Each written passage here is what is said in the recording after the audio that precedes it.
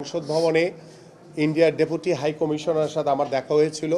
About this reason আমি তার সাথে কথা বলেছি এবং সেও খুব ফ্রেন্ডলি, আমিও তার সাথে খুব ফ্রেন্ডলিভাবে বলেছি যে আমরা দ্রুতই এই সমস্যাটি আলোচনার ভিত্তিতে নিরসন করতে চাই, কারণ আমরা চাই যে আমাদের পার্শ্ববর্তী সকল দেশের সাথে যাতে আমাদের একটি বন্ধুত্বপূর্ণ সম্পর্ক থাকে, সেটা খেলাধুলা থেকে শুরু করে সব সেক্টর নিয়ে আমরা একটি আন্তরিক পরিবেশ গড়ে তোলার মাধ্যমে আমরা একটি সৌহার্দ্যপূর্ণ সম্পর্ক গড়ে তুলতে চাই।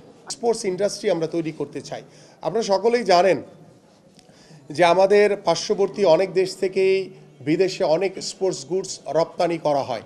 সো আমরা চাই যে আমরা আমদানি না করে আমরা নিজেরাই একটা স্পোর্টস ইন্ডাস্ট্রির মাধ্যমে আমরা আমাদের যে ইকুইপমেন্টসগুলো ব্যবহার করা হয়, আমাদের ক্রিকেট ফুটবল থেকে শুরু করে যেই গুডসগুলো আমাদের প্রয়োজন হয়, সেগুলো আমরা নিজেরা যাতে নিজেদের দেশের খেলোয়াড়রা যাতে ব্যবহার করতে পারে।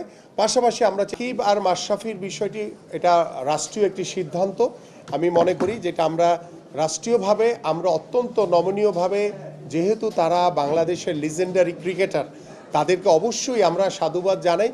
কিন্তু যে মামলাগুলো হয়েছে সেটা রাষ্ট্রীয়ভাবে সিদ্ধান্ত গ্রহণের মাধ্যমে আমরা চাই তারা যাতে আমাদের বাংলাদেশে যাতে দ্রুত ফিরে আসতে পারে। আগামীকাল থেকে আপনারা স্টেডিয়ামে যাবেন, আপনারা আপনাদের নির্বিঘ্নে আপনারা আপনাদের কাজ করবেন এবং সেখানে কেউ বাধা প্রদান করবে না। ক্রীড়া সাংবাদিকদেরকে যে ঢুকতে দেওয়া হয় না, এটা উঠায় ফেলেন। কালকে থেকে ক্রীড়া সাংবাদিকরা অবাধে যাবে, সুন্দরভাবে কাজ করবে, কোনো রকম যাতে তাদেরকে কেউ বাধা না দেয়। ঠিক আছে?